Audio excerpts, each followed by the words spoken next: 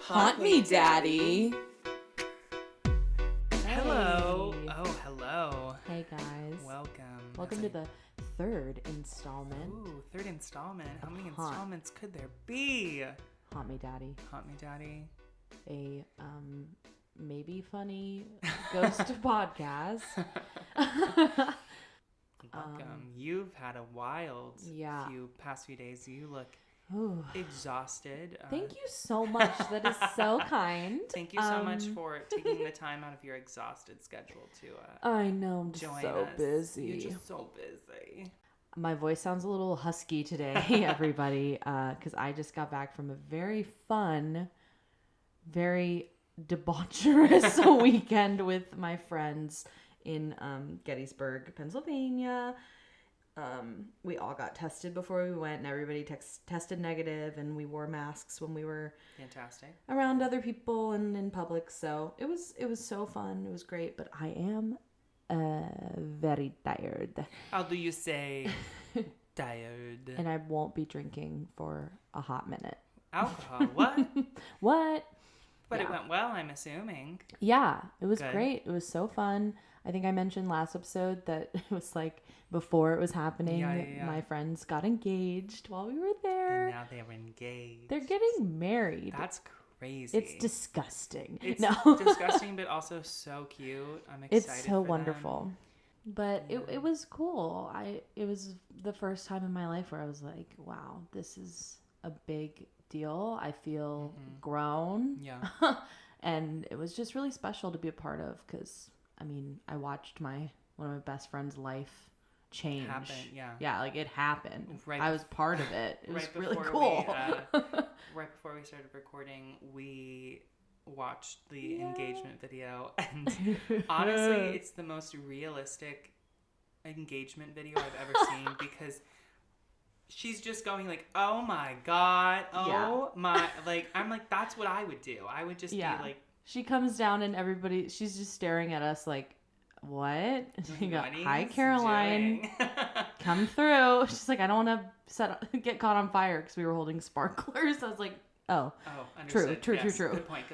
But she looks fantastic. The dress was like shimmering in the sparklers and like it was perfect. I'm so shocked. Great for all the photo. Like it was 10 out of 10. Yeah. 10 out of 10. I'm shocked she didn't know. Like she really seemed to be totally surprised, which was wonderful, and that was the whole goal. Yeah. But yeah, it was great to just be able to dress up and have something to celebrate. It definitely this year. I feel like from the vibe that we talked about, and we talked a little bit about, when you got back, but it's very much like, even though the world is falling apart around us still, like it was kind of like a slice of heaven to escape and like be in this cabin and like have just a few days to have a normal life and like not have to wear a mask and just rage. Yeah, and like rage. But like you're all being safe, so it's like no worries. Yeah, like that was the best part. Is we could all just be locked up in this cabin together, just partying and celebrating these two awesome people. So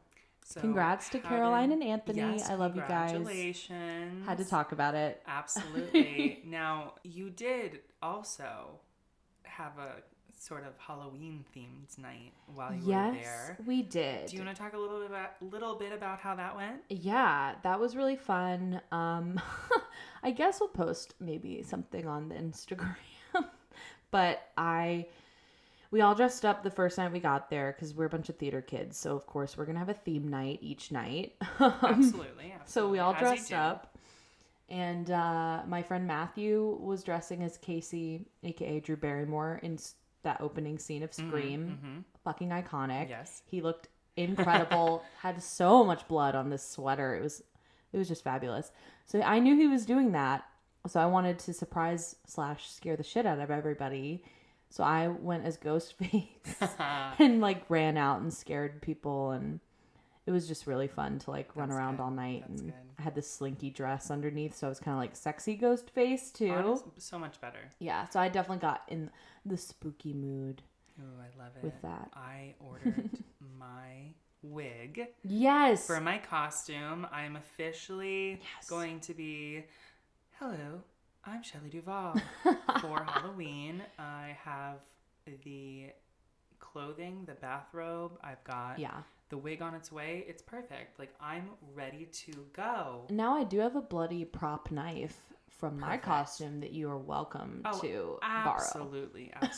I think I would love if my dear roommates would join me on this journey and be my child and my husband. I really want to. Obviously, Daniel will be Danny. I think that's appropriate. I'll be your Jack Nicholson any day. But what are we gonna do for Halloween? I mean, I'm planning that we're just gonna sit in this apartment. We're not going anywhere. First of all, like I already had my Halloween fun. I'm pretty sure both of us are working. True. So glamorous we'll be life. Working until what? I think I'm working till like 7 p.m. So we won't get home till like 8:30. But I'm thinking we order pizza, we have some drinks, we watch some scary movies. You know, we of course take some photos for the Instagram. Love it. And then we go to bed. Like good little girls and boys. Good little girls and boys who didn't have to wear the masks because they just stayed inside. Yeah, I'm not going to a bar. Hell no. No, absolutely not. I think. Especially after my weekend of just complete chaos. Well, you had a complete chaotic. Yeah. How was your weekend? So I had like 4 days off, and I went up to Fort Tryon. What does that even look like? Because it's basically just like I never go outside in this city. I would call it the suburbs of Manhattan. Okay. Because I feel like I got up there and like I was at like 181st, which is there's this great coffee shop called Uptown Garrison that a roommate used to work at. So we went there and we got some coffee. Lin-Manuel Miranda frequents that place. Oh, does he? Hamilton fans out there. He's like sues us because he's like, why you did can't you give say away my my name. place? Oh, true. Might be. But we went there and I was a little mad because I got an oat latte and I didn't see the big sign that was like a pumpkin harvest festival autumn latte, and I was like, damn it. Nom. So then Daniel got that and I was like, good for you. But anyway, once you walk a few blocks up, then all of a sudden the roads just start like turning and they like get smaller and smaller and like they're more divided and all the streets are really short. It's just kind of like very more like a neighborhood. It's more like a neighborhood, and it's just like all like housing. There's no really restaurants besides like a random like bodega. And then you come to a point where it's like a weird cul-de-sac, and there's like an entrance to a huge park. Ooh. And it's, I guess, the Fort Tryon Park. And that's so cool. It's gorgeous. You walk in and there's immediately like a flower garden. And then there's all these like stone benches that are like built in with a staircase up, and then benches and a staircase down, and there's like a bunch of them. Ooh. And then there's like all these staircases down and around, and it weaves, and there's all these different paths, and there's like one area that's like, I think it's a bridge, I don't know, but we had to like go through a tunnel, but like there's windows in the it was gorgeous. Wow. We definitely didn't explore as much as we could have, but it was beautiful. I definitely will be going back. Yeah, I would love to go. Yeah, like we should go because the leaves are still changing, so love. We were there and there were leaves everywhere, but they were also it was beautiful, and love that. I would love to go there. I love finding those like little spots in New York where it's kind of like everything's a little bit quieter and a little peaceful. It definitely didn't. I felt it was a nice escape. Yeah. I think one of the big things about being in New York is you're in the hustle and bustle. Even where you live is probably loud. Like I know. It's not as loud for me, but like for you two, your windows are on the street. And it's just so loud. And I'm a light sleeper. Woo. But it's just constant go. So it's nice to find those spots where you can just like take a deep breath and not be worried that like you're gonna get hit by a car or stabbed by a crazy person. Yes, correct. That is correct. Yeah. I think it's one of those things where I definitely, even if it's just going to Central Park or the park that's a few blocks down from me, it's like escaping to those places and just chilling out to kind of escape from the city, it's very much needed. It's essential. The city does drain you. Totally. I did order Daniel, our roommate, who will one day be on this podcast, we hope. Yeah. He's literally a few feet away behind a wall. Yes. Hi. He knows someone who has a candle company, and I ordered some candles. This is not a sponsorship or anything, but I'm just really excited about them. But the company is called Something Rad Candle Co. And Something Rad Candle Co. Yeah. Oh yeah, you showed me these. That's the like artwork. Ooh. But they have all these like nostalgic like things, like throwbacks. So there's like a Power Ranger line and a Harry Potter line, and like Clueless and like SpongeBob, and then for Halloween there's Hocus Pocus. So definitely the greatest Halloween movie of all time, in my opinion. Absolutely. If I could have more movies like that kind of like are fun and light, but also like spooky. Yeah, it's the perfect mix. It's the perfect mix where it's like I can watch this a million times. At any point, I could be working on something and throw it on in the background. So I got 2 themed candles from there. I got one that's called the Black Flame Candle, which and then we don't have any virgins around. Dang it! And then I got another one that's Boo. So I'm excited. I'll let you know how I'm excited about it goes, but it's really exciting. You should check it out if you want some themed candles. Absolutely. Now's the time for the holiday season. I love my candles. We have my ambiance. Our window in our living room is just lined with a row of candles. There's just so many. For the seances that we of course. Of course. How could I forget? But yeah, that's kind of what's up. That's what I'm doing. Just trying to chill out. Last week we did the things for Halloween, and the week before we did like our firsts. And this week I think we kind of just picked a little bit of random kind of what we were doing. Yeah. Yours kind of correlates with what has happened in your life, and mine is just kind of a whatever. Yours, please stay tuned, guys. Will's story today is bonkers. I hope I do it justice. It's truly wild, and I love it so much. I can't wait to hear it again. But I decided to do a little bit about Gettysburg, Pennsylvania. Because that's where you just were, right? I was just there, got back yesterday. We spent Friday to Monday there. Only went into the town one day, but, so we didn't really go and, do anything tourist-wise. Not like you really... It wasn't the point, and it wasn't safe, COVID-wise. So, but I just figured it'd be, on theme for me to just look up a little bit about that, because it is one of the most haunted places in America. Yeah. A little bit about Gettysburg. Okay. First thing I'm going to say for all my listeners out there, would I recommend a trip to Gettysburg? Yes. Yes, to stay in a cabin because the woods were really pretty and it was very cheap and it was a great place to go. Okay. But also... Oh, is it? It's very Trumpy. Trumpy land. This is not a political podcast. Just kidding. It is fuck Trump. It was truly horrifying just to go from New York City, surrounded by my progressive friends and... lots of my friends are gay. What? Homosexuals? I just, not to interrupt you, but we're releasing every Friday. Yes. So I just looked at the calendar. This episode will be coming out 3 days after the election. So, I really hope that we can laugh about this. We can be so cheery. Mm-hmm. Oh, baby.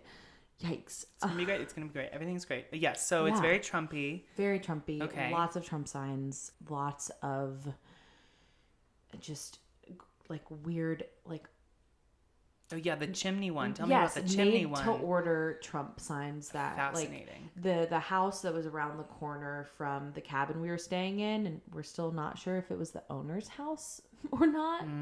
But... You drive by and the side of the house is a huge chimney and it's just covered in this disgusting, bold, like vibrantly colored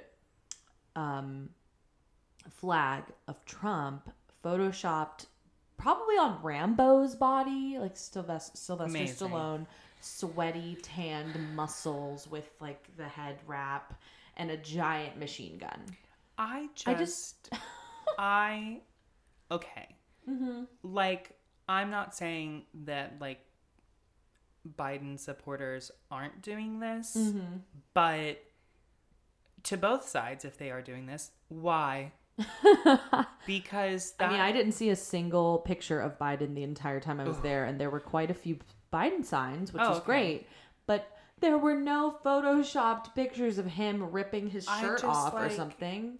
What? Why? Like, what are you getting out of this? Because that just sounds like a lot of money wasted on something that I imagine you'll take down after the election, never use again. Oh, who knows? Who knows, though? So I'm just kind of like, why? That's really all I can ask, because I don't understand. I asked that so many times this weekend.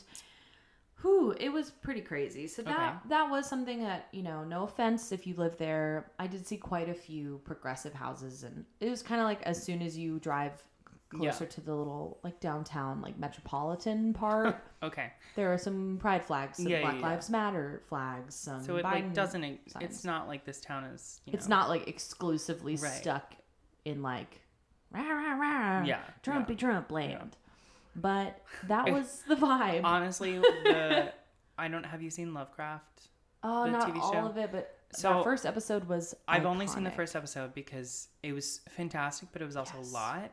So I think I'm gonna get into it again. And it was spooky. The first season's over now, and the reviews are fantastic. The point is, when you were talking about being in this town, I thought of the scene, the sundown towns where they like being chased, and I was just like, were you in a sundown town? Honestly, who's to say? Who's to say? But that is the vibe. Yes. Okay. Understood. So we did go into town one day, and you know, we got to visit a couple of like spooky shops, which was cool. Like it's very much, you can tell they know they're haunted and they're into it. There's tons of ghost tours. There's a haunted museum. There's a ghost shop where you can buy ghost hunting equipment. Okay. For real. Crazy. I have a photo for you. But we went in this ghost shop asking about all the equipment and stuff, and I couldn't believe it. But some of the stuff was like $200 a piece. It's, you know, the spirit boxes, thermal cameras. That's crazy. Just all this crazy stuff to find ghosts that you see on the like Ghost Adventures, Ghost wow. Hunter type of stores. And then the woman who worked there was not wearing a mask, which was fun. Of course not. But she was nice. But she was definitely weird. A lot of people were wearing masks on the street and stuff, but a lot of people weren't. But the thing that really confirmed that this is a different type of place that I'm not used to being in, we went into this cute little antique store thinking, oh my gosh, look at all this cool old stuff. There's lots of military stuff. Let's go check it out, because I love vintage knickknacks and weird stuff like that. I love collecting art from like really old, weird thrift stores. So we go in, we're all looking at everything. It's really cool. And then we kind of turn the corner to a new aisle, and it's all Nazi artifacts, memorabilia. Oh. Swastikas galore. Oh no. Uh-huh. So, yeah, we all collectively, all 9 of us as a group, or 7 of us, I think. Time to kind of did time to wrap it up. Nobody's buying anything from here. We're not giving them our money, and we're going to leave. So that happened. What? Yeah. I think what I first noticed it because I was pointing at something cool. It was like an old, you know, cans and like mugs from the Civil War that were being sold. It was like artifacts, you know, from that time. I was like, this is so cool that they just sell this stuff here because this town has so much history. And then the shelf below, it was like a little swastika flag. It was like authentic, guaranteed type of thing. Where it was, Yeah. You're just, okay. And then there was a whole aisle of it. So we left immediately. Oh my God.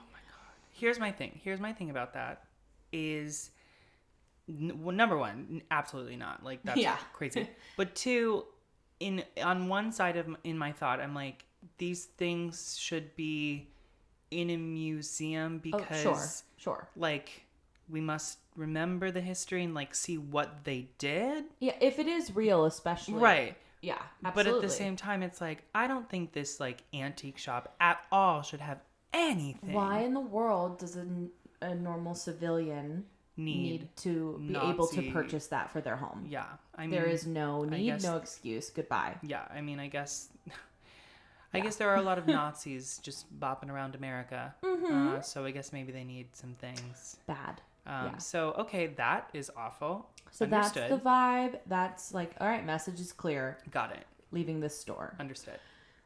So I'm just trying to like give you an overall view. Like we didn't get haunted by ghosts. My picture is painted, haunted by racists. Mm-hmm. Yeah. But I was hoping to get haunted by ghosts this weekend because it is one of the most haunted places in the world. But I was only spooked by Karens and creepy like racist people, basically. Now I'm going to talk about the actual ghosts and history and things because I wish that I could have explored a little bit more of that while I was there because there's just so much going on. Yeah. The Battle of Gettysburg obviously happened there. We drove by a battlefield. We drove by tons of cemeteries, just so many graves, so many. And the Civil War was happening, and this battle happened between July 1st, 1863 and July 3rd. So it was just one of the most bloody, deadliest battles in history at that point. Okay. Both sides, Confederate and Union, lost tons of people. There approximately between 46,000 and 51,000 men were wounded, killed, or went missing. So the number is not clear because there was just so many. So many, just thousands and thousands of bodies. Yeah. So obviously, it's going to be just completely haunted and painted with tragedy. Right. So, yeah. So there's a lot of information. So this is a very condensed version because I'm not a history major. I'm not a history buff. Oh, that's why it's very I asked important. you to do this podcast because I thought you majored in history. Oh, oopsie. Weird. But also, I need to say my sources were civilwarghost.com and history.com. I love that those are websites. Fantastic. Love it. Civilwarghost.com. Spooky? They had some amazing images, spooky images. They had a little ghost graphic come up and tell you to subscribe or something. I was like, ooh, spooky.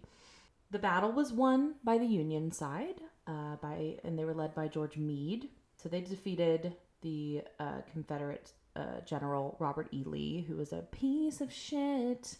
He was defeated, though, Robert E. Lee. Woohoo! Mm-hmm. And this was a really important battle because it really turned the tides of the war. Because the Union side was really not doing well. The Confederacy had kept winning and taking over these cities. They were so powerful, and the Union morale was, like, abysmal. So low. And they really needed to win this because if not, the Confederacy would have continued to gain momentum. They would have moved on to like Washington, D.C. and all these other states. They would have taken over and just gained more and more power. So thankfully, the Union side won. So this was the last full invasion for the Confederacy. And I did not know this, but this battle ended enslavement of hundreds of free black people from the North. The Confederate side had kidnapped tons of free people and were bringing them with them to be sold along the way, to do labor, all this awful stuff. So if anybody needed to know, once again, like obviously that side's disgusting. So there you go. Yeah, I think both sides were disgusting, but one was a little more disgusting from my knowledge in history. Oh, absolutely. Yeah, it's like they both had slaves, but one had more, and messy. Yeah, and then obviously the Gettysburg Address right. happened, and Lincoln spoke, and it kind of shifted things, and it changed the war from being just like one side versus the other to being a battle for freedom and democracy. Okay. And he said it was a new birth of freedom, and he talked about how the task now for the war was that, quote, the government of the people, by the people, and for the people shall not perish from the earth. So it's like, guys, this is like, right. It is time Yeah. to get it together. This is not a joke. So he said that speech, and then everything worked out? Everything's good now? Yeah. Cool. It's a lot of history, and it's some stuff that I just forgot from high school, or I didn't really talk about this a lot in college. Well, I definitely feel like history was like so important in high school, and I learned like, you know, American history. And then I got to college, and history was optional, like one of the many classes you could take. And I didn't because there were so many others to take. Yeah. And then I definitely feel like as I've, you know, continued to age and social media has become more and more and more, you know, Our newspaper, just how much information, you know, Instagram and Twitter have re-taught me, because, you know, I was told one thing in high school of like, this was the Civil War. Yeah, it's very the North narrow was perfect view. and the South was bad. And then, Right. you know, I'm reading all these tweets, and I was like, oh, actually, this was all a lie. Everybody sucks. Yes. From the dawn of time. Yes. White people have destroyed everything and are terrible. Correct. So yeah, it's definitely interesting to like hear these things and be like, oh yeah, like it's just been so long since, you know. Yeah. What facts do I still remember from high school? Exactly. And what was actually true? Yeah. Like, I always knew this was bloody, but really, really traumatic and devastating for the town, for the families of the soldiers who died. There was just so many people. And the town previously was pretty successful, tiny little village, not much happening. And in the immediate aftermath, this is a quote from Civil War, Ghost.com. The corpses outnumbered residents of the village of over just 2,000 by 4-1. So what you're saying is there's ghosts. So yeah, guys, there's a lot of ghosts. Like, do you get why? Oh my God. Like, I'm that's just trying to paint the picture. Like, so many people died, and it was back then when it was not like a clean, quick death by, you know, a shot or whatever. This was a bloody... It was, how do you say, battle. Messy. Yeah, it was really just carnage. Right. As any war provides. Right. Yeah. Death, carnage, despair. It's awful. But now the town makes a ton of money off of these tourist attractions, and there's cemeteries, there's lots of psychics and tarot readings, which two of my friends on the trip went and got their... No. Yeah, they got read by a psychic who it turned out to not be very you know, it was pretty much a scam, but well, you know, it was a good experience for them anyway. So yeah, I guess I'll get into a little bit of a few specific spots. Gibson, why don't you haunt me, Daddy? I'll haunt you, Daddy. So lots of homes and mansions, you know, farms that are still standing today were used as safe havens. Field hospitals are a big thing for the soldiers, because it's not a big town. It's a lot of open land, so I'm sure, you know, they just had to find places like as close enough to the battlefield that they could go and have people heal and rest and be cared for. What I imagine Gettysburg looking like, because I definitely haven't looked at photos, is the Gone with the Wind house, and then about a mile away is like the Westworld town that they're...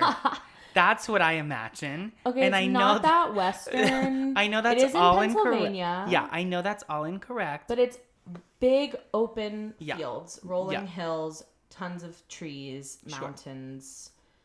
I just want you to know where I am at right now, and I know it's wrong. But I love that. But for the movie that I'm soon to write and direct, that's what I have in my head. I love it. You could definitely write a movie just based on some of these ghost like location stories. It's crazy. I don't know any. I feel like missed opportunity there. Like I don't know any Gettysburg scary movies. Question mark. I know, and there is a lot to work with. Maybe they're out there.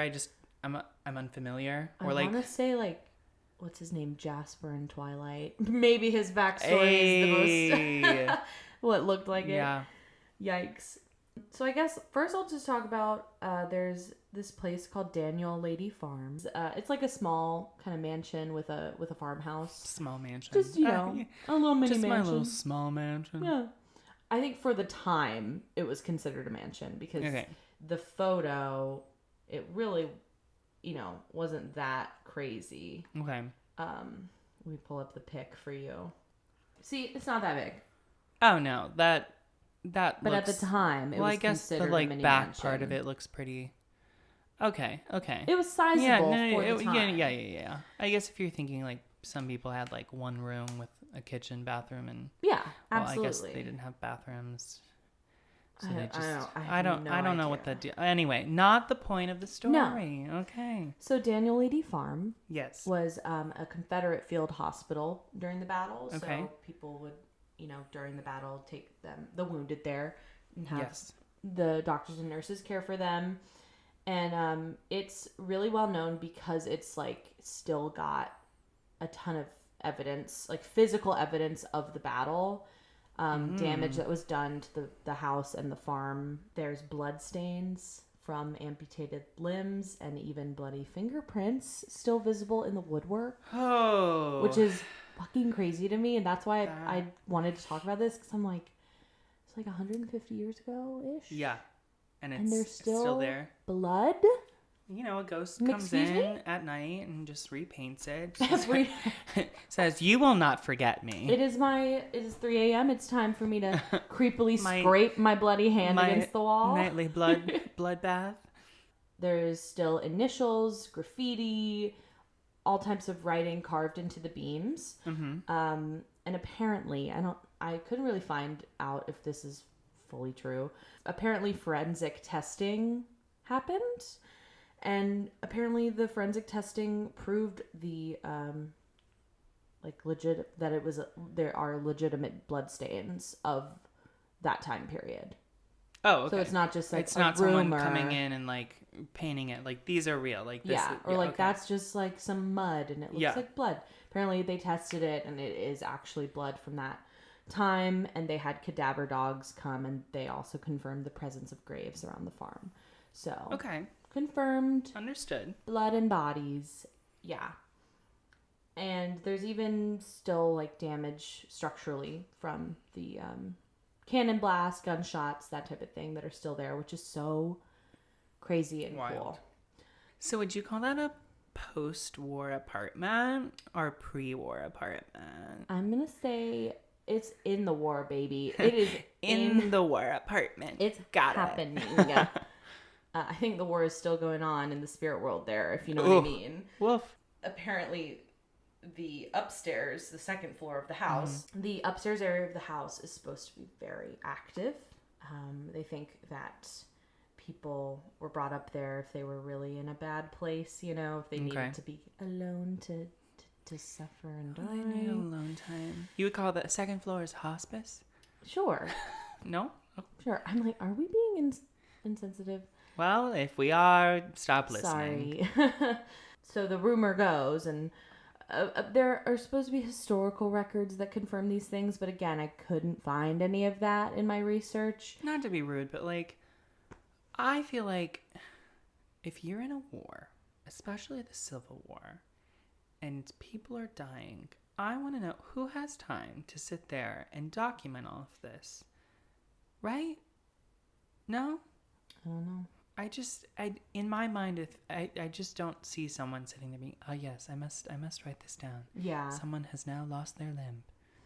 Well, the rumor is that the Lady family, the people who own the place, came back after the battle and discovered a dead soldier still lying in one of the upstairs bedrooms. So even after everybody was gone, they came home and there was a dead guy there, which, yeah. So there's a lot of death and tragedy, in that house. A lot of suffering. So you can understand why there's a lot of activity happening. And I think any house, which there's quite a few houses that were used for these hospitals, so you can imagine a lot of these houses are still standing or generational wealth. Yeah. So they're very haunted. Next, we have the Jenny Wade house, which this is very cool story. I had no idea about this, and I would love to do a lot more research into her specifically. But we drove by this house in the museum. Kind of what it looks like. It's been turned into a museum. Okay. Yeah, that looks cute little house with a red door. Looks very 70s. Yeah, I'm sure they've updated it since. Jenny Wade. So she was a 20-year-old-ish seamstress living in Gettysburg at the time of the battle. Okay. She had really nothing to do with the battle, but she's a major part because she's the only civilian to die in the Battle of Gettysburg. Which is, I didn't know. Hey, Jenny. She's the only one. Interesting. I guess I just assumed that there would be casualties, but after going there, it's pretty spread out. So I can see why civilians were safe because it's very easy to be far away from the battlefield. I'm sure there's some undocumented things here and there, but in general. Yeah, on record, she is the only civilian to die, which over the whole 3 days. So she was there because her sister had just given birth a few days before and she wanted to come and help her. Dang. Okay. Mm-hmm. And they wanted to stay in her sister's house because it was considered safer, the safer side of town for the battle. Yes. So unfortunately they were wrong. So on July 2nd, the second day of the battle, apparently Jenny was downstairs baking bread for her family. I was baking bread for my family this morning. You sure did. It was delicious. Trader Joe's pumpkin bread. So good. So good. Now it's going to get sad. Oops. So Jenny was making bread for her family when a stray Confederate bullet came through 2 separate doors. No! And hit her in the back, getting her in the heart and killing her instantly. Her family wrapped her up in blankets and took her to the basement until the fighting stopped. She was the only civilian to die. And then apparently her family buried her in the front yard of the house and then moved her to a cemetery, and then a few years later moved her to a different cemetery. Too many moves. So hello, please let this girl rest already. Can she rest in peace, please? This 20-something-year-old sweet baby angel, she sews clothes for a living. She's trying to make some bread. She's making bread. She's helping her sister out and her little baby niece or nephew. Yeah. And she gets shot by a stray bullet. It's very sad. And that's why this story, I was like, this is some fucked up shit. It's crazy. So her house is a huge tourist spot. Yeah. And when we saw there was this haunted artifact museum and one of the ads outside was the gun that killed Jenny Wade and all this stuff. Obviously that's not true. A stray bullet, you're gonna know exactly which stray bullet. It's no. Okay. Exactly. I mean, they got me. I would, if I saw that, I'd be like, well, I've got to go see it. We really wanted to go. Yeah. But it was scheduled tours only and stuff. Well, but we really wanted to go. Good for them. So apparently the house is super haunted, which is one of the reasons people go so much. And visitors report being scratched, pushed, pinched, shoved. Their clothes get tugged on. They just feel an energy in the room, physically touch them very often, which is crazy. Interesting. Makes sense when you see how much tragedy happened there, and then she just wasn't able to rest in peace. Right. Very sad. I wonder not to be this person because I just be that person. No, I just keep thinking about the bread, and I'm just kind of bread. Bread. I just love bread. To me, it's interesting that they made sure to note that she was just making some bread and got shot. Big old blob of dough. So I'm just who ate the bread? Did the bread get blood? What happened to the bread? I'm picturing and then also flour on her delicate exactly face and she's got a little apron on. Yeah, for sure. And it's then tragic. I'm just like, if I were in that house, like, if I wrote the scary movie for this girl, Jenny, right? Jenny Wade. I would make it a point to make you smell bread. So it'd be like, if you smell bread. I wonder if the smell of right, fresh that's what bread. I'm saying, right? Wouldn't that be like a really good like spook? It's like you smell the bread, fresh, and if you smell bread. it means you're going to die in that's very cool. 30 minutes or something. You know, I don't know what I'm saying, but yeah, I think that'd be very interesting. If well, I love the idea, and you hear stories all the time of smelling. It's ghosts, like, and I've definitely had that experience. And then like, I feel like it's like you smell like either like. It's usually like really bad smells or perfume or cigar smoke. Exactly. So it's I've like definitely those smells smells, or it's like, and then the room got really cold. Yes. So it's like those two that I'm like, the senses. I love to work the senses. It smells like a beautiful bakery. Beautiful bakery. Real quick, the last couple. There is a children's orphanage. Nope, we can skip right over that one. I don't think we will. I'll show you a haunting image of this horrifying place. And guess what? It's the orphans.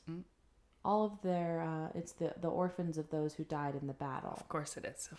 So there's a lot of these children, it is so sad that there were just so many children who lost their parent that day. Sure. But here's an image of the orphanage. Oh, I hate that. It's not a picture of a ton of ghost children, but it might as well looks be. like it. Might as well be. It looks like it. We'll post this as well because it's haunting. I hate that. And they have like little toy guns and rifles and little toy uniforms. It seems a little distasteful, but you know, what do I know? Yeah. Well, it wasn't a great place to What if I was like, Gibson, there's no one in that photo. It's an empty field. Not good vibes. It wasn't a nice place. It was kind of more of a Miss Hannigan type Little girls. Yeah. It was kind of like that, and it was previously known as the National Homestead at Gettysburg. Okay. And apparently a ton of orphanages across the country were built to house the orphans of the Civil War, because obviously there were just so many. I didn't think about that, but yeah, that makes sense. Yeah. They got to go somewhere. Absolutely. And so it was obviously built with good intentions. Yeah. Of course. But then the original headmistress was replaced by this absolute bitch, Rosa J. Carmichael. Rosa J. Carmichael, fucking bitch. She decided to change things up, and she created all of these horrific punishments for the kids. Of course. Like Trunchbull, like total bitch. She apparently created a dungeon in the basement where she chained the children who misbehaved to the walls, kept them locked up for days without food and water. There was the pit, quote unquote, which is a small, dark little nook in the dungeon where they were forced to stay, like a little crack in the wall, basically. Sorry, pause. Question. Yeah. So these are bad things? I'm so funny. Like, this is what I plan to do with my kids. What do you mean? That's awful. Mm-hmm. Wow. Terrible. So, obviously, that place is haunted as fuck. Okay. So it's haunted by the spirits of the children who died from malnourishment, disease, abuse. Just awful. And then a lot of people believe that Rosa herself haunts the grounds. Of course. Unfinished business. Torturing children for the rest of eternity. Yeah. Like, come on. And it's like, obviously, she's not going to rest well because, you know, depending on what you believe, heaven or hell, whatever. Right. To me, it's like, yeah, she deserves to live in her little world forever and never rest. Once again, I must say that Rosa, I do think of. Do you remember that children's book where? I don't know. I'm trying to remember the name of it, but basically, if I can remember the storyline, it's like there's this classroom and all the kids are bad, and like there's this really sweet teacher, and she like goes on vacation or something, and then a substitute comes in, and the substitute's like evil and like really mean to them, and then the evil teacher like leaves, and the nice one comes back, and like they were like, it was just her the whole time in disguise, trying to like get them to act correctly. Okay, that's a children's book. That sounds evil as shit. No, but it's like cute. It's like a picture book. Okay, I can't the even. way you just described it sounds like Stephen King wrote that book. All right, so I found a photo that I was trying to remember. Her name's Miss Viola Swamp. She is from the book. that bitch. Miss Nelson is Missing, but that's her. Yeah, you know what? That's exactly what she looked like, I bet. Big old scary witch face. Right? Floofy, yucky hair, witch shoes, like, yep, just mean. But yeah, I loved that book. Really shaped who I was. Yeah, so I bet that is what Miss Rosa looks like. Probably. So now there's 2 battlefield spots that are very notorious for being like the most haunted spots in Gettysburg. And really in the country. So Little Round Top was a strategic point in the battlefield. It's kind of like a rock formation, a little bit, like a little strategic spot where you could like keep watch. I'll show you a photo. How about that? That sounds fantastic. Yep. I think that'll be good for everyone. I think that'll be good. Okay, so you see, it's like kind of got these rock formations where you could easily kind of sit behind. Oh, understood. Okay, put your gun on top. Understood. Keep watch. Correct. Yes. Attack. Yes. Etc. Got it. Rest for a minute. Correct. In the photo I just showed, has a few dead soldiers. Very sad. So this was a strategic point, and the cool thing about this place is that it's rumored that none other than President George Washington himself, the spirit of George Washington, showed up twice at this spot, like showed himself to the soldiers. Which I'm like, how do they know that? But a survivor is quoted testifying that the spirit of George Washington showed up. Okay, not to be rude, but like George Washington has many other things to do. He does not have time to. It's true, but this was a big battle. Okay. This was for the fate of our nation. Okay. How many from when George Washington died to the Civil War? How many years is that? I don't know. George Washington died in 1799, and the Civil War was in 18. This battle was 1863. Oh, so it's okay. We're coming up on like 100 years. Yeah, it's almost been 100 years. Okay. So he is dead. And that's how much I know about history, because I said, oh, what was it, like 20 years? No, like at most, it's been almost... literally almost 100 years. Yeah. Great. So apparently he appeared before them once to lead them in the right direction before it started, and then a second time in the heat of the battle to like encourage them and get them to keep going as like people are dying. And the division commander at the time testified about his appearance, saying, quote, "We know not what mystic power may be possessed by those who are now bivouacking with the dead. I only know the effect, but I dare not explain or deny the cause. Who shall say that Washington was not among the number of those who aided the country that he founded?" Okay. Fancy. But someone was on drugs. Let's be honest. It was me this weekend. I mean, what? For legal reasons, I'm kidding. Yeah, but I thought that was so crazy that I've never heard of another battle where a previous president showed up and said, "Good job, guys. You got this. This way. Go this going. way." It's crazy. So yeah, that's why one of the reasons it's so famous. Yeah. It's also known as the Valley of Death, the slaughter pen, because of how many men laid decomposing for months after. Not to be like insensitive, but like those would be great like bar names.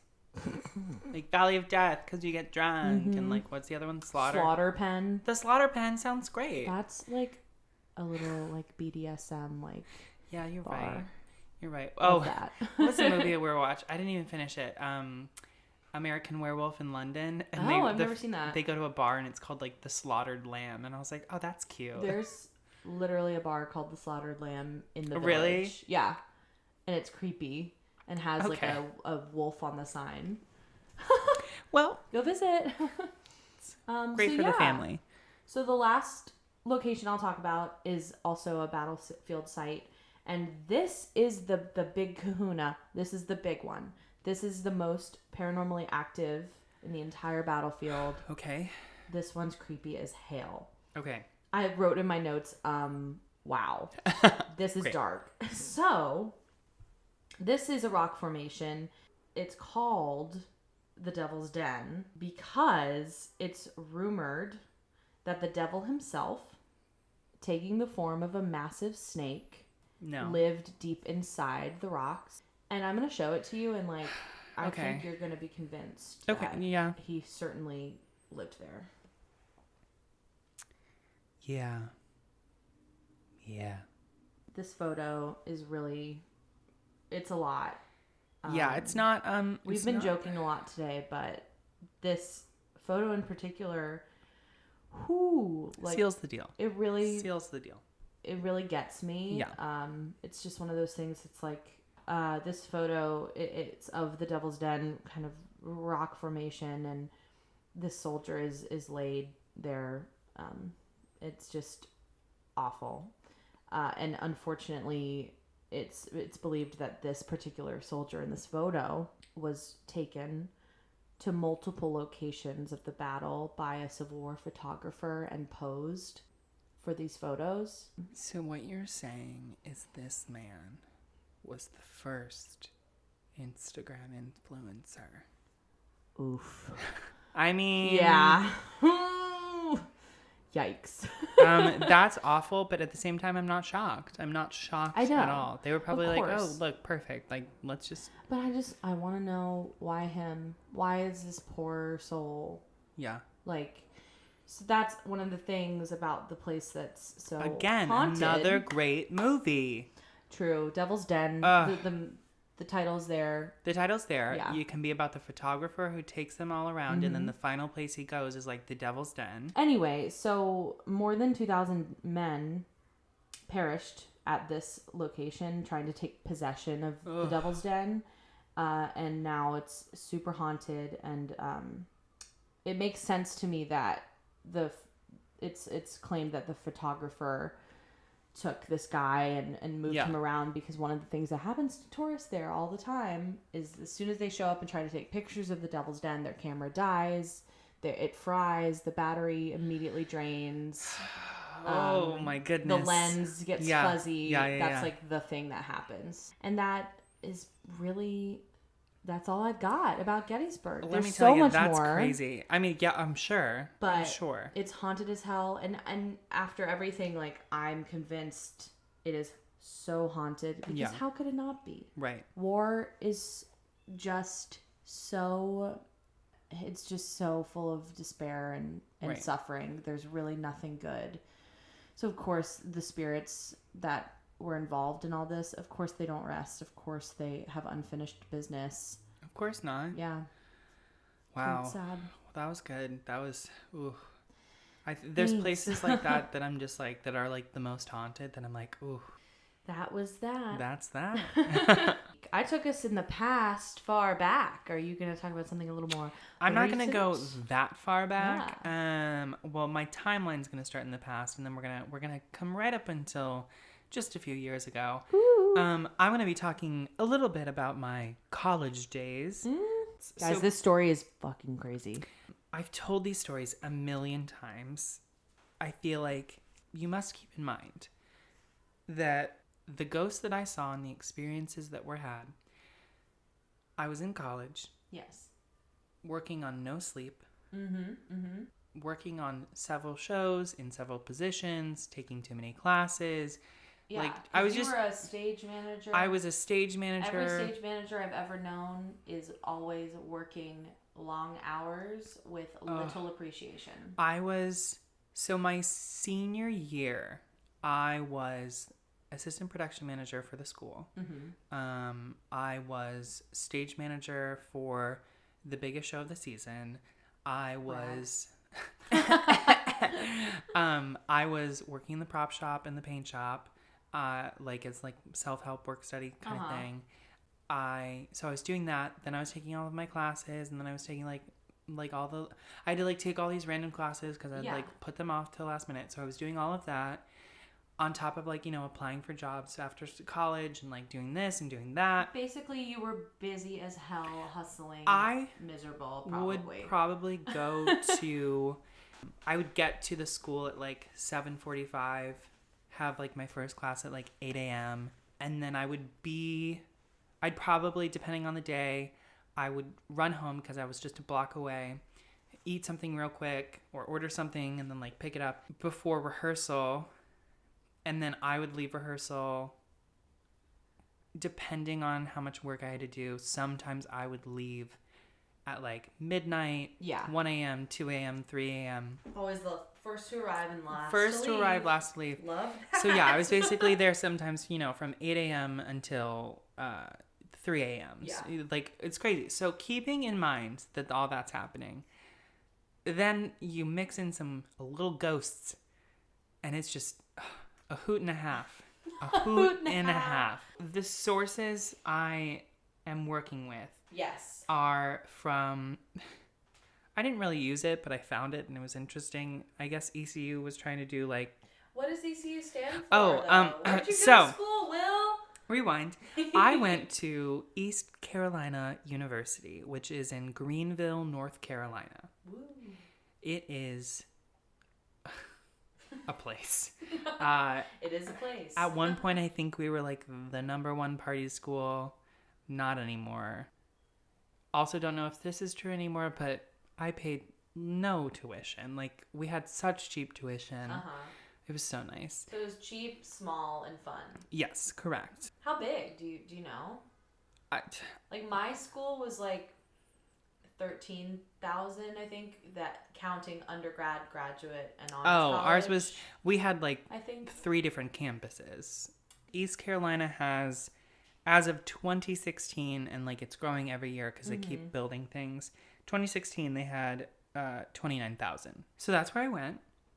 We are the home of the Pirates. Ooh, my stepfather once told me I was wearing nail polish when I was in high school, and he said there's only 2 types of people that wear nail polish, and that's pirates and homosexuals. But lucky for him, you said I'm both, bitch. I said I'm gonna be both, bitch. Don't worry. And I went to college, and I was a gay pirate, so it all worked out. My links that I used was like some random YouTube video that really didn't have any information, but it was, you know, some ghost story about my school. And then the other is the actual East Carolina University School of Theater and Dance history page that basically breaks down when it started, what's going on, what's the tea. The stats. So, I went to East Carolina University School of Theater and Dance, where I started out as an acting major. I was an acting major, trying to do musical theater and professional acting. Did professional acting, wasn't doing really well at musical theater at all. Dropped both of them. Applied for a school in New York. Was gonna go there. Had no money. Decided to stay. Changed majors to creative writing. That didn't go well. I went back to theater journey. And finally ended up working in stage management. And then graduated with a stage management degree. Beautiful. You wore a lot of hats. I wore too many goddamn hats. So I'm going to give you a little timeline of East Carolina University School of Theater and Dance. In 1907, East Carolina Teachers Training School, I believe, is established. And in that school, they do Shakespeare comedies, light operas, and pageants. Interesting start, yes. Then in 1911, they start doing the senior play. And that's kind of, I guess, like the start of the drama department. Because I guess they get a bunch of different departments to be in charge of like different areas of like, you're doing costumes, you're doing sound, blah, blah, blah. And then we fast forward to 1933, and that's when students start making their own theater groups. So in 1933, the Mimers is established, and then 1934, the Chai Pie Players is established.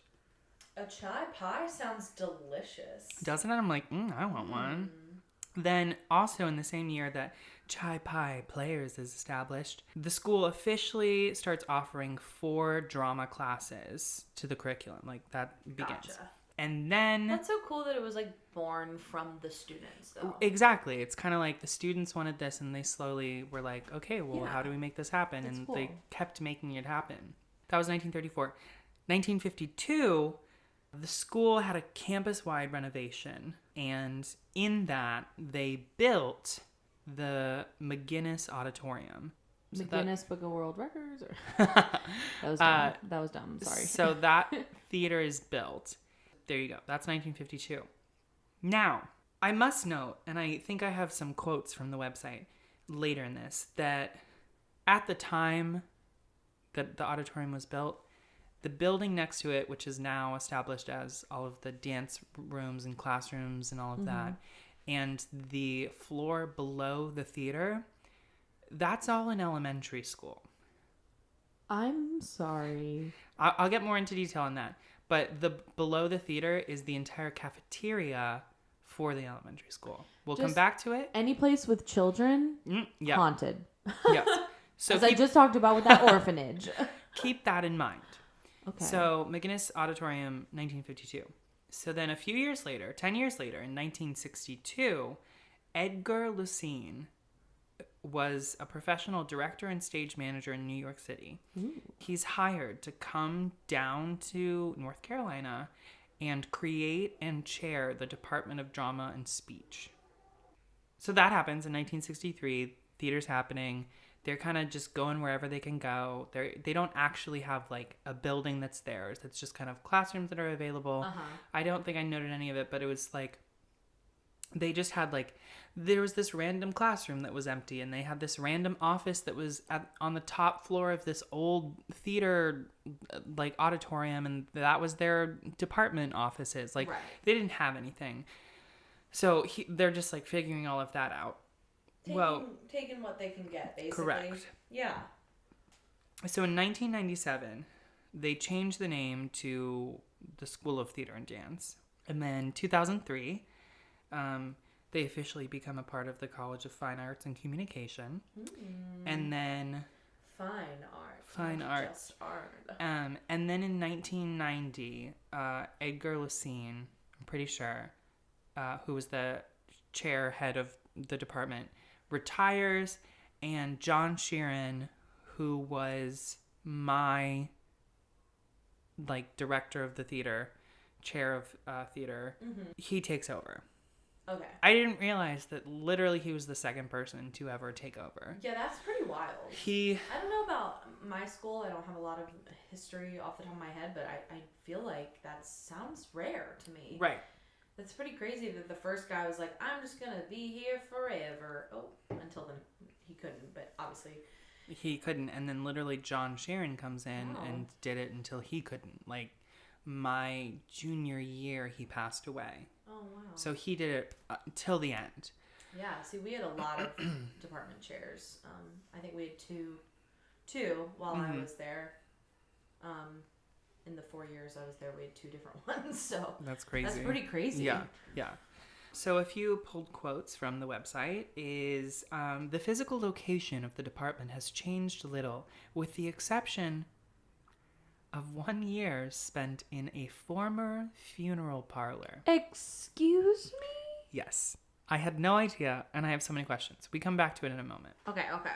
However, the struggle for ownership and for renovation of its facilities has been a long journey. And then they go into detail and talk about all this stuff.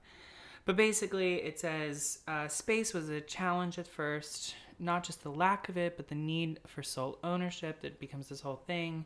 Next to the McGinnis Auditorium was the Walcoats School, which is now called the Messick Theatre Arts Center, which all the classes and dances happen.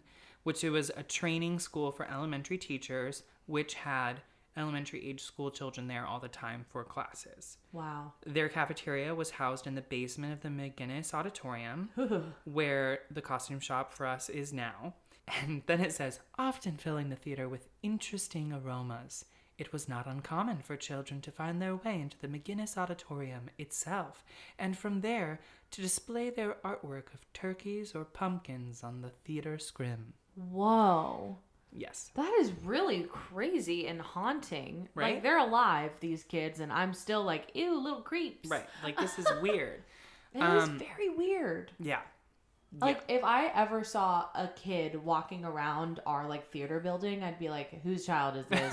Come get your Please kid. leave. I'd be like, I'm in class. Like, Unless, this is ridiculous. Sometimes we had professors' kids or grandkids come, but yeah. I would be like, who are these children? What's going on? Get out. They don't have classrooms, basically. They're just kind of all over. The only thing they have is the McGinnis Auditorium where they're doing plays, which is just an auditorium that isn't really qualified for full theater productions.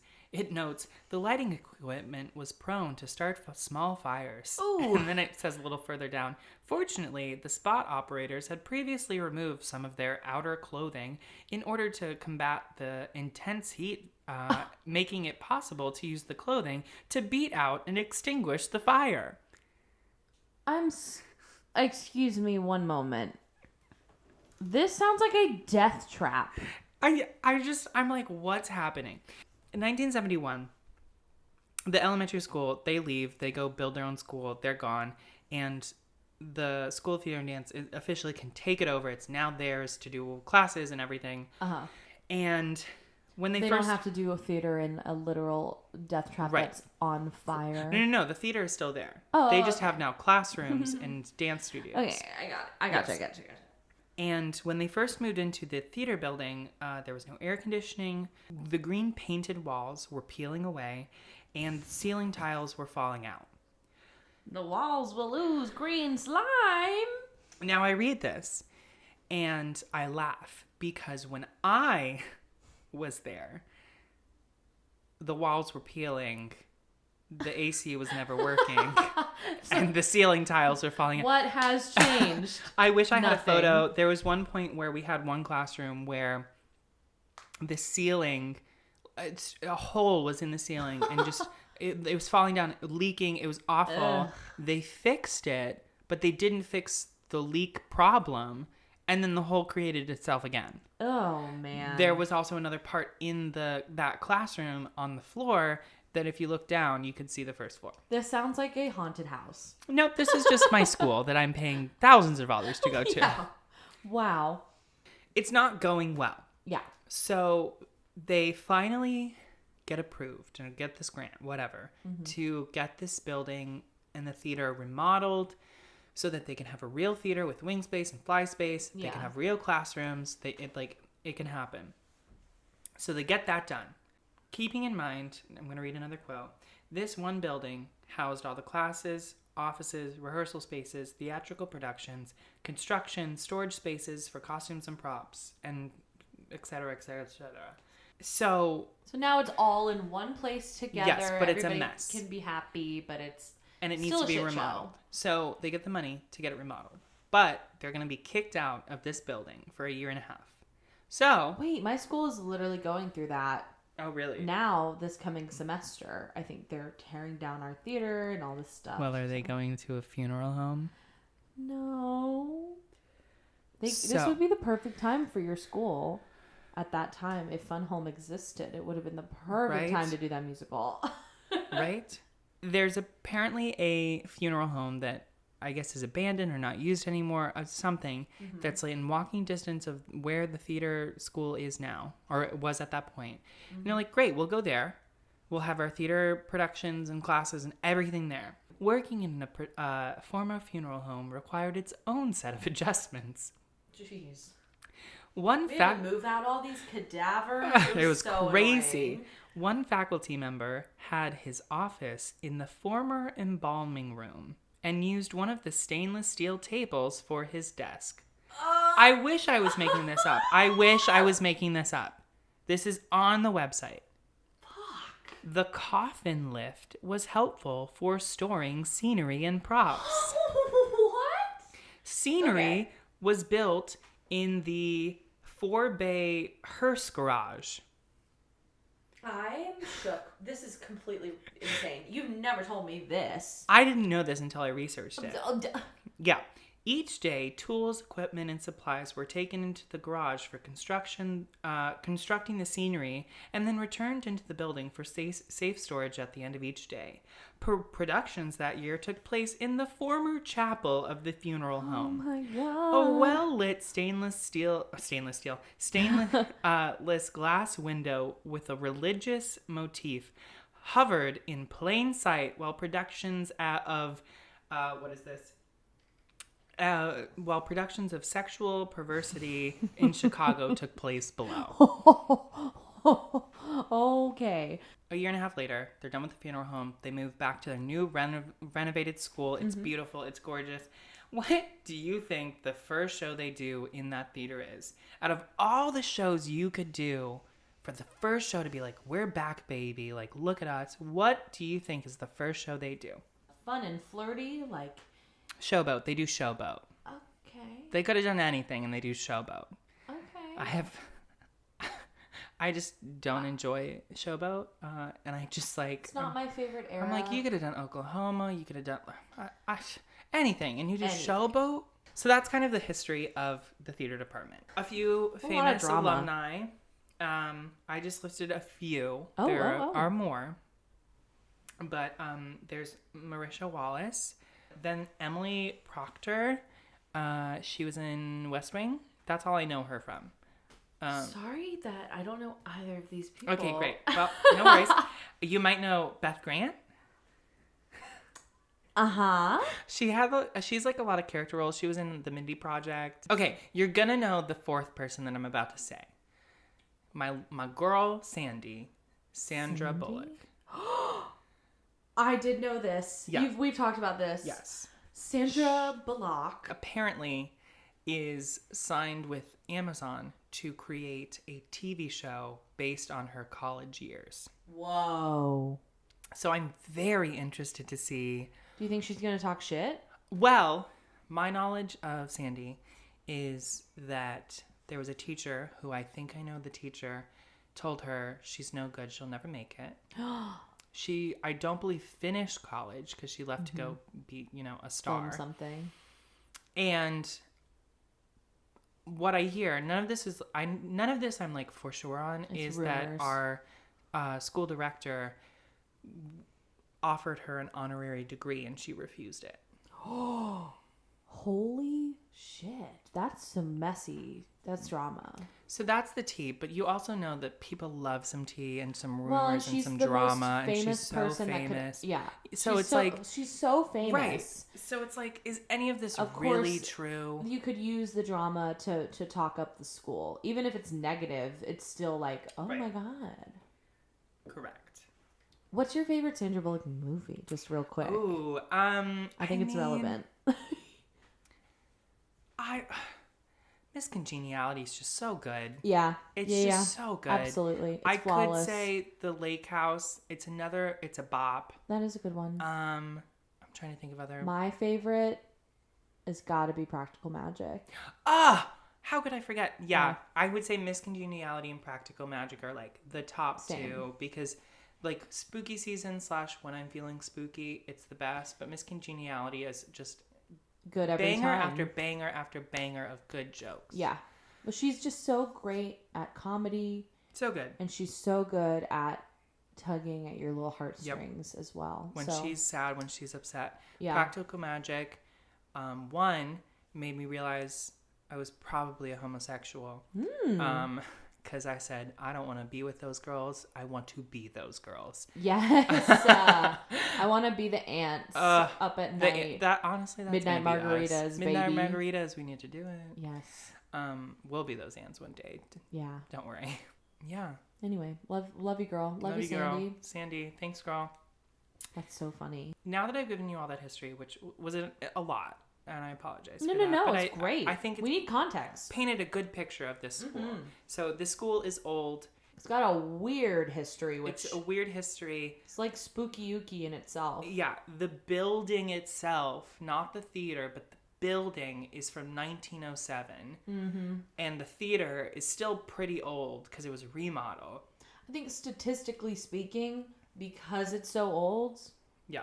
There has to be a certain number of people who have died there or died near the grounds. Absolutely. Absolutely. Now that we've talked about that. This school. Mm-hmm. There's a million stories out there of late night ghost spottings because theater kids are always at the building. Ghosts just in the bathroom, walking down the halls, on the stage. Like, there's a million different ghost stories out there. Not a million, but a lot from all of these former students and current students. And theaters in general, I think, are just the perfect place for a ghost to roam. Absolutely. The first ghost story I have from there is just a quick one. When I was in one of my classes, we'd have breaks, I'd go to the bathroom, and every time I went into this one bathroom in the building, I would walk in, usually was alone, I'd hear someone in a stall. It was always the stall on the end. I'd see someone's feet. I'd go use the bathroom, wash my hands, and on my way back, walking past the stall again, there would be no one there. Whoa. And it happened every time, and no one was ever in the bathroom. Every time? Every time I went. Fuck. So there's that. So I was just like, yes, this place is haunted. Whoa. There's a ghost. I don't know why the ghost thinks the bathroom is the best choice. Unless, I mean, I don't know, bathrooms are a place, pretty spooky, you know, place Harry where Potter, people die. you know. Could have been Moaning Myrtle. Moaning Myrtle. She said, hey, girl. Now I'm going to explain the layout of our McGinnis Theater, which is kind of confusing because it's also called the ECU Lucene Playhouse. Mm. I think the name of the building is McGinnis Theater, and then the Playhouse, which is like the season. It's called the ECU. Yeah. First floor basement. It's like the basement. You've got the sound and lighting shop. You've got all of the dressing rooms. You've got the green room. You've got the costume shop. You've got 2 different costume storage rooms.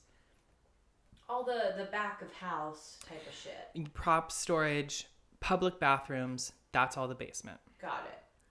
It's the same size as the entire theater, with like stage and all of that. So then you go up a flight of stairs, and then you're on the stage. And then is it a proscenium? Yes. Cool.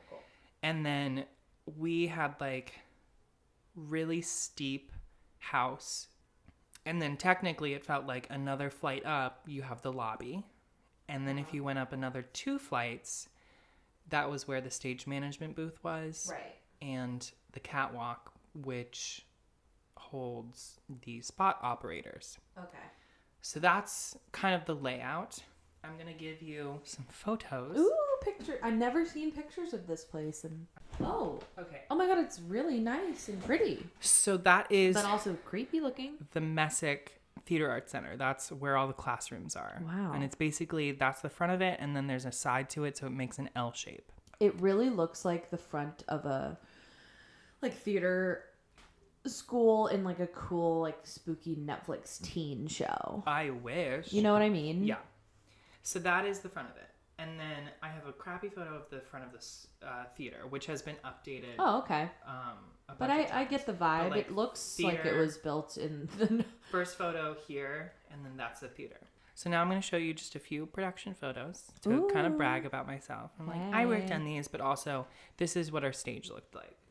Okay. Ooh. So that's Mackinac. Wow.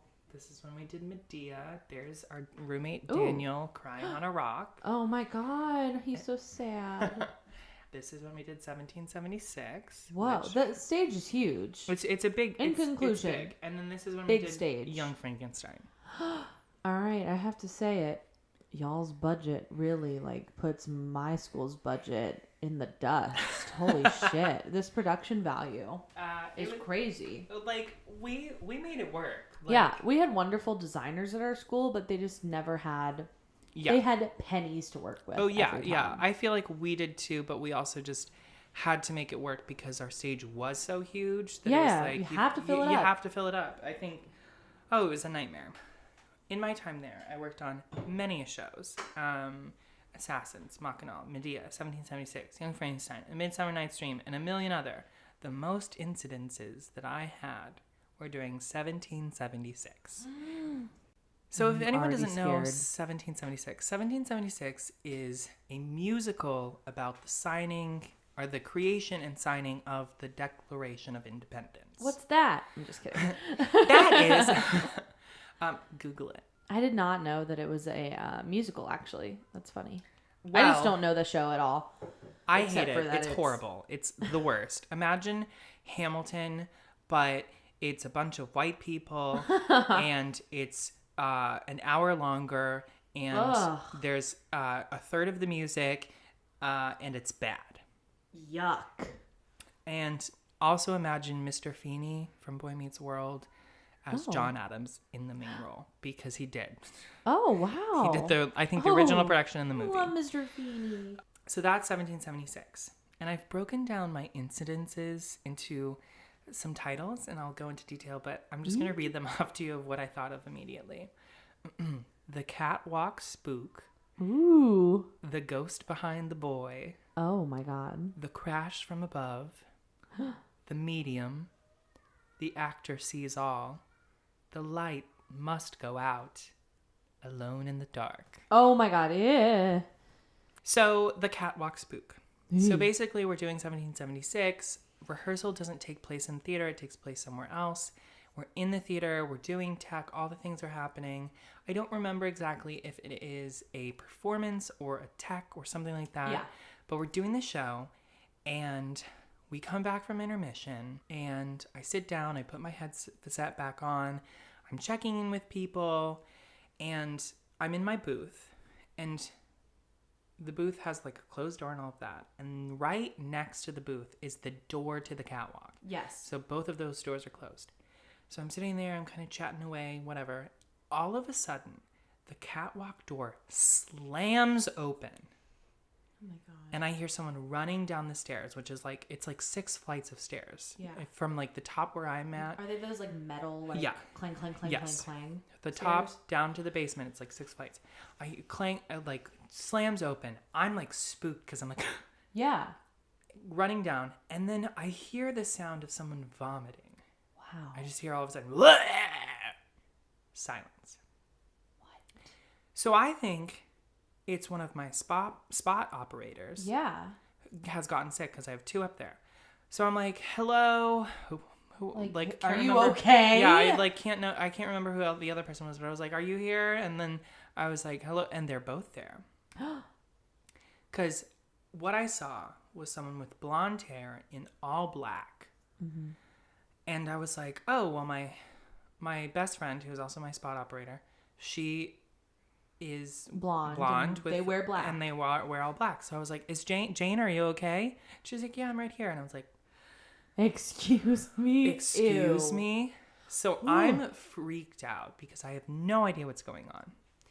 Now I later find out that apparently the other spot operator had their friend come visit, because during intermission I go down and see all the actors, so I wasn't in the booth, so they crept up while I wasn't there, and they were just gonna creep back down before it, and they lost track of time.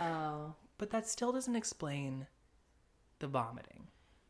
Did she say that she opened the door and ran down the stairs? Well, I never talked to her because I found out later, because Jane was up there, so she saw it all happen, and she didn't want to get anyone in trouble, but she told me later. Sorry if I'm outing this person now, but whatever. It's been years. So yeah, that happened, and I was kind of I was spooked. I couldn't fully explain it because there was this weird vomiting. Yeah, but it could possibly But it was probably just this girl who was not supposed to be there and did the things. So that kind of whatever. The vomiting part is what's getting me though. Because that's such a distinct sound. Right? You hear that, you know exactly what it is. And my light board operator who was with me in the booth heard it too. So I'm like, I'm not crazy. This has happened. Mm-hmm. So the ghost behind the boy. I am the boy.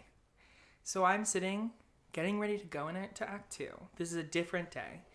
And I'm sitting there, I have my headset on. We're kind of spooked out about things. It's also cold out because it's the winter, so we have the heat blowing behind us. We're all cozy. We're doing our things. We're ready for Act 2. And then all of a sudden, I say, oh, it's really cold in here all of a sudden. Oh. And I look over to my light board op, and she's staring directly behind me with the most terrified face. And she lets out a yelp because she can't scream because there's an audience. And I'm like, what's going on? And like, she doesn't answer. And then finally she calms down and she was like, there was a woman standing behind you. Ew. I And just gotta chill. then like it ends and then the booth warms back up. Did she say that she just like disappeared, or she like looked away and looked back and she was I think just she gone? like looked away and she looked back. She was gone, but like, yeah. Yeah. So I was kind of like, am I, like, what's going on? Is there like, a woman inside me? Is there a woman inside me? Am I being haunted? Have I done something wrong? So I kind of like play it. I'm like, okay, whatever. But I'm a little spooked. And then I like make the joke. I'm like, oh, this woman is probably here because she's like tired of all these white men singing on stage. And she's just like, where are the women? Or like, trying to make light of it. Like, the crash from above. Ooh. So I believe this was in a rehearsal. I don't think everyone was there yet, but one day we're like getting ready, things are happening, and we have the catwalk. So basically the catwalk is like, you've got the stage and then the fly space, and like up there's like the catwalk where you can walk around and like things. And it's really high. Yeah, and right above is usually the grid. Yeah, where all the lights and everything. You've got to hide all of the. Then you got the roof. It's like roof and lights and all of the flats and scrims and all. It's just so high up. It's like 40, 50 feet off the ground. Oh, probably even more. It's it's so high, and like if I looked up, I couldn't even see the roof. Like it's so high and dark. Well, one day we're back there, and then there's a huge crash from above. Whoa. We have no idea what it is. We're all terrified because we're all right below this. Yeah, and you hear stories all the time about a light falling and killing someone or knocking someone out. So we all evacuate the stage immediately. Sure. We're like, oh my God. Someone goes up, they look around, nothing. There's nothing around. What? They're like, there's nothing possible that could have fallen. Nothing's up here. Yeah, because if it falls and makes that crash, it's going to be on the catwalk. Yeah. Or there's damage or it's on the ground. Yeah, nothing. What in the world? Yeah. So that happens and we're like, okay, we're all feeling a little spooked. We're all terrified because we're like, we have to get on with rehearsal. And we're not seeing everybody heard it. Yeah. Is the crazy thing to me because, so many ghost stories. It's like me, I was the only one or me and like two people, but an entire And this is not the first time this happened. 3 years previous, my freshman year, this had happened. Yeah. Weird. I think I was on a dance show and it happened, and we were like getting ready to go into another piece, and we were all like, what's going, so like this has happened before, but it's like then we get up there and nothing's there. Wow. It's not like a rope can't, like it's like nothing. Yeah. There's just no explanation in my opinion, and I'm like, okay. So that happens again. We're spooked. We're like, what's going on? So far it's like weird, kind of no big deal, but creepy incidents that are like, I can't really explain this, so this place is creepy. Correct. Okay. So, we've seen this ghost, a crash has happened, catwalks happened, like all these little small things have happened. I feel like, you're walking through the theater, you feel this cold something behind you. Like, there's just all these things. I'm feeling really weird. I feel watched. I feel like I'm never alone. That sort of thing. Yeah. So I have my entire running crew who help with all the scene changes, and then I have my assistant. Like, I've got all these people. So then one day, I come in, and we have, like, our team meeting, and we're all sitting there. Yeah. And one of my running crew members is like, I have to tell you, like, something. It's like, I was in class today, and I had a substitute. Which was weird because, like, it's college. Who knew substitutes were a thing? Yeah. And they were like, and the woman who's the substitute, she's like a medium. What? Okay. And she was kind of like going around the class and she was talking about her career and blah, blah, blah. She got to me. She got to the running crew member. We'll name him Ben. I don't know why, but. Got to Ben, talking with Ben. And she says to Ben, like, you're in danger. Like, you're Molly, doing something. you're in danger, girl. She's like, you're doing something, like, not in your schedule usually. And he was doing, this show, which was not his schedule. And, like, something's happening. Like, you're in danger. Like, you better be careful. What in the world? And she was like, have you seen anything lately? Like, any, like, things? Have you been feeling weird? And he was like, well, no, I haven't. But, like, my stage man, my boss, like, he has. And she was like, he needs to be careful. Like, he's in danger. Like, you better watch out. Like, he's going to get hurt. And I'm like, what? Why like, would you say this Why would you to say me? that before we're about to go into a show? Like, I'm terrified. You could have waited, Ben. Right. So I'm like, Ben, okay. And she was like, yeah. And she was like, something's happening. Someone's mad at him. Like they're trying to get, like, the falling. Like, it's just, like, all lining up. And he's saying these My things. mouth is like agape, guys. My jaw is on the floor. It's just kind of like, I'm believing all of this. It's like, I don't even care if he's making it up. I'm just like, okay. Well, that's not something, I was like on, Yeah. I was an assistant stage manager once in college, and I would never, ever, at like a pre-show staff meeting, joke about something like that ever to my stage manager because I'd be like afraid. Right. I would sue you. I doubt he was making it up. Well, here's the thing that made me know it was true. Was because the night before had happened with the woman standing behind me. And I hadn't told anyone that. I'd only told the lighting board op who was there, who wouldn't have talked to him because they don't know each other. And that was it. And we hadn't told anyone. Whoa. And he said, this woman, whatever her name was, told Ben that you're being watched and someone was standing behind you yesterday. Is like really cold towards you. Who will? So I'm broken. I have chills. Yeah. Oh my God. Okay. So that happens. And I'm like, you pissed off some ghost lady. I'm like, what's going on? I'm just like, I'm the sweetest person. Like, I haven't done But anything. I will say, a stage manager runs the theater, goes in and it like owns the place. Like that is your house for the months you're there. Yes. You call the shots. You're the first go. Yeah. Yeah. So if it's like this spirit space and they're like, who is this? Get out. Invading my home. Yeah. It But would be you. It was weird because I'd done shows there before and like there'd been weird things, but nothing that bad. And then the show happens and I'm like, what's going on? And I feel like this show had a lot of... It was Martha Washington. Martha. So that happens. I'm scared. We move on. Okay. I'm like, I've got to do the things. Okay. Besides the few running crew members who don't really talk to the actors, we only, like, that's it. I was like, please don't. Like, we don't have time for this. I was like, don't tell actors these scary stories. Like, there's just Everybody's literally gonna get hyped up. It's gonna be drama. I was like, and so to my knowledge, everyone did not tell anyone, and it was kind of like just these little stories that we talked about. We'll talk about it later. So then I get to intermission or something, and I go and visit all the actors, make sure they're good. I have an actor come up to me, and he says to me, can your running crew members stay off the stage? Like, the audience can see them. Like, she was just standing there, and, like, I could see her. Like, obviously the audience, like, she's distracting. Like, please. And I was like, what? I was like, running crew. I was like, we didn't. I was like, what'd she look at? And I was like, he was like, I don't know. She was wearing all black and, like, blonde hair. Now I need you to know that on my running crew, there was no one with blonde hair. Oh my God. I had no crew with blonde hair.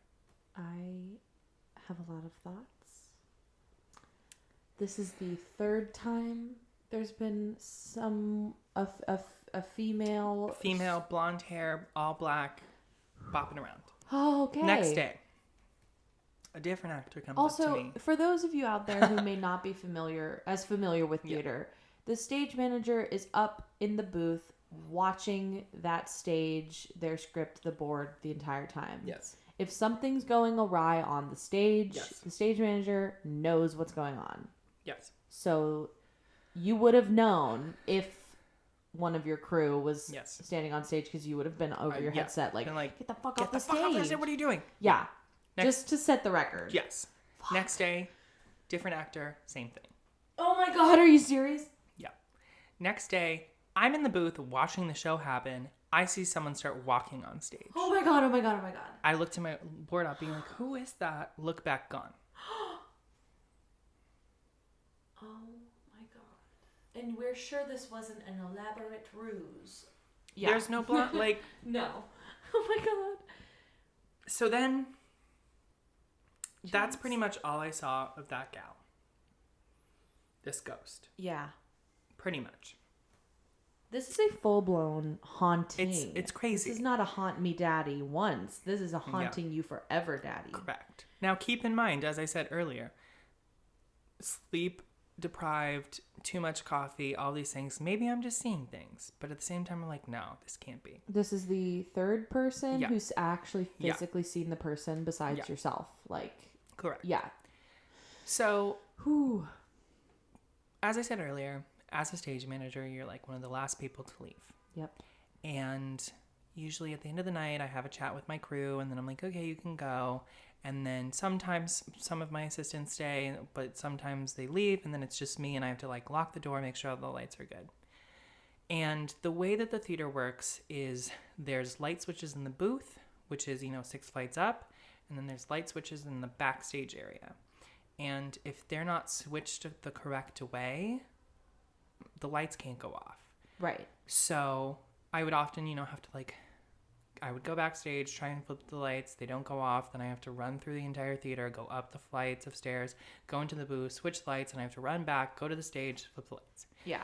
So this, particular night, I say goodbye to everyone, and then I'm ready to flip off the lights. They don't go off. I go up to the booth. I look out the window just to make sure the ghost light's good. No one's yeah. And I see someone standing on the stage. Oh my God. And they're just looking at the booth. Oh my and God. I'm like, and I can't do anything because I've just got to turn the lights off and get out. Yeah. And so everyone's gone. So your brain's like, it's like, who's in here? Huh? I went through the entire theater. No one's here. So I switch those lights off. I go back into the theater. No one's there. oh my God. And I have to go backstage and I'm terrified. Oh, of course. So what? So I go backstage and I flip all the lights off. It's now completely dark in the theater besides the ghost light. Which is left on for the spirits Safety. Basically, and safety. Safety rules, you have to have a rope across the stage if there's a pit so that no one can be in the dark and walk out and fall off the stage and die. And then a ghost light for safety reasons. And also there's, the what's the word? There's the belief. To ward off spirits. Ward off spirits. It's like and a you have myth. the ghost light. Yeah. So it's a tradition. Flip off the lights. I go down the stage. I'm now in the house of the theater. I look back one more time because I just had a feeling. I see something standing next to the ghost light. Oh my God. Freaked out, terrified. I run to the door. I open the door. And then I'm just hit with this cold burst. And then close the door, done. What the fuck? So that's my ghost. Jeez. And that was 1776. I just want to say real quick, because wow, this has been a lot. I just have to say that you are much braver than me, because if I had experienced all of that in one show, I would have politely said, thank you so much for this time. I will never stage manage again. Yeah. Goodbye forever. It's terrifying. And keep in mind, this is not the first time other people have seen ghosts. This is not for the first time. Weird things have happened. This isn't the first time. Even in the paint shop and prop shop, always so creepy. The mannequins in the green room that are just great, because when you do a show and you're a stage manager, at the end of the night you have to walk through the entire building to make sure no one's there. So I have to go through all the public bathrooms. I have to go through the costume shop and the storage, and I have to go through all the fitting rooms and make sure they're all closed. And then I have to go up the stairs and check the stage. I have to go everywhere. Weird things happening all the time. Feeling like I'm seeing things. It's terrifying. It's awful. God. So I was like, what did I do? What happened with 1776? Yeah. Basically, when I graduated and I left that theater for the last time, I definitely just felt a lot lighter. Yeah. I feel like there was a somewhat dark presence looming on me and kind of eating away at me. Yeah. Maybe it was the lack of sleep. Well, it's also spending, 90% of your college time in that theater. Yeah. Wow. So that is basically my ghost story. That's incredible. Yeah. Thank you for sharing. Absolutely. I am sorry that someone decided to haunt you specifically. I mean, I haven't seen him since, so I guess Thank we're over it. goodness. But my goodness. Wow. My goodness. That is freaky. Yeah. So that's Wasn't there something? Maybe it was a different ghost story, not with college, but wasn't there something that happened? And if I'm wrong, we can cut this. Wasn't there something with like someone leaving you a flower? I can't believe I forgot. Yeah, because that's the only thing I really was like, wait a minute. Oh my God. Did someone leave you a flower? 1776. Okay, yes. I honestly forgot about this because I think I blocked it out. Uh-huh. I remembered because he told me the story like back when we first started being friends and realizing we both had this common thing with ghosts and spooky shit, and this is like stuck with me. So I was talking with my costume shop like designer. Yeah. And I was kind of like, I'm seeing all these things. I don't know what's going on. I was like, there's some ghost shit happening. Yeah, and I'm like, I feel like I should reach out to them and be like, I like mean you no harm. Like, sure, what's going on? And I left them a note. You left the ghost a note. I was kind of like, let me just put out something positive. I was just like, who are you? I'm like, I mean, like, I'm fine. Like, I mean no harm. Like, I can't remember exactly. Yeah, I was like, basically, I come in peace. Don't hurt me. Like, whatever. And I remember I think I left my keys in the booth. So I write this note. And I think there was like some candy there, and like it's all sitting there. I didn't leave the candy for the ghost. Here's a piece of candy. Please don't haunt me. And so I leave the note. I'm like, I don't know what will happen, but like, here's a little good something. I leave, and then I come back because I forgot my keys. When I come back, the note's gone, and there's a rose. Ugh.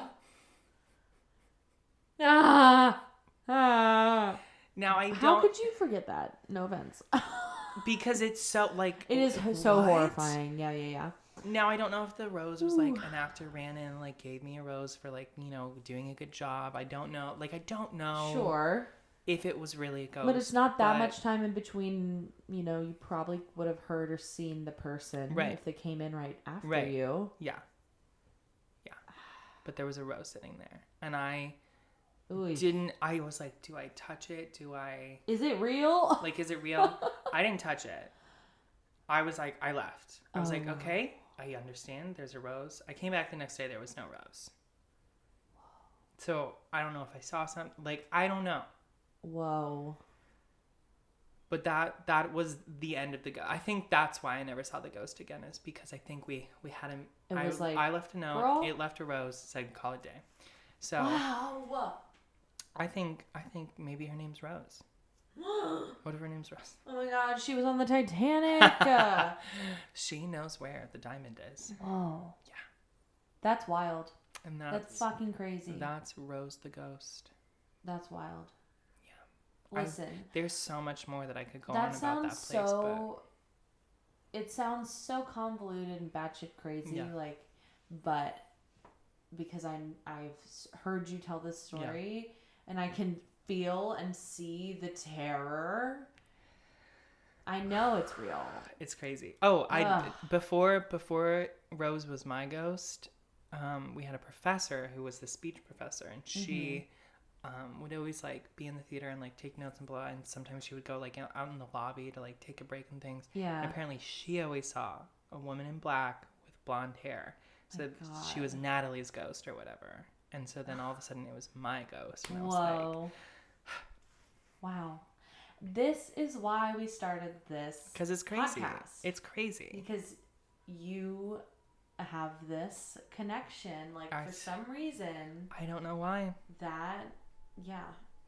That's crazy. So. That is definitely like my favorite, like of all my friends, all the stories I've heard from people I know in my life, like that's definitely the spookiest, my favorite thing I've heard, because it gives me absolute full body chills. It's like crazy because it's just like it's happened so many years ago now, and like the details of like when everything happened, I'm like, I think it happened in this order because it was also, you know, like a show's happening, everything's going so fast. Yeah. This happened, and it like all happened around the same time. So I'm like, did that happen first and then this? And, right. But it's like, that's what I remember as much as possible. Wow. Yeah. So that's that. Ooh, so that's that, That's you some guys. spook. I hope that spooked you as much as it spooked me. Yeah. Oh. But yeah, I had fun this week on I think episode. this was a great week. Lots going on, but we appreciate you guys for listening. Thank you so much. I don't think we have anything to say. I think that's it. I mean, you know, we're find us. We're on all the podcast like big ones now. Yes. So super exciting. I don't know if you can leave reviews on Spotify, but I know on Apple you can like rate us and review us, and it's just helpful to like let other people know that ghost stories are out there. Yeah, send it to any friends that love like creepy shit. Please send them our way. Find us on Twitter and Instagram. Absolutely. I think that's it for today. Until next week. Yeah. Haunt me, Daddy. Bye, guys. Thanks so much. Bye. See ya.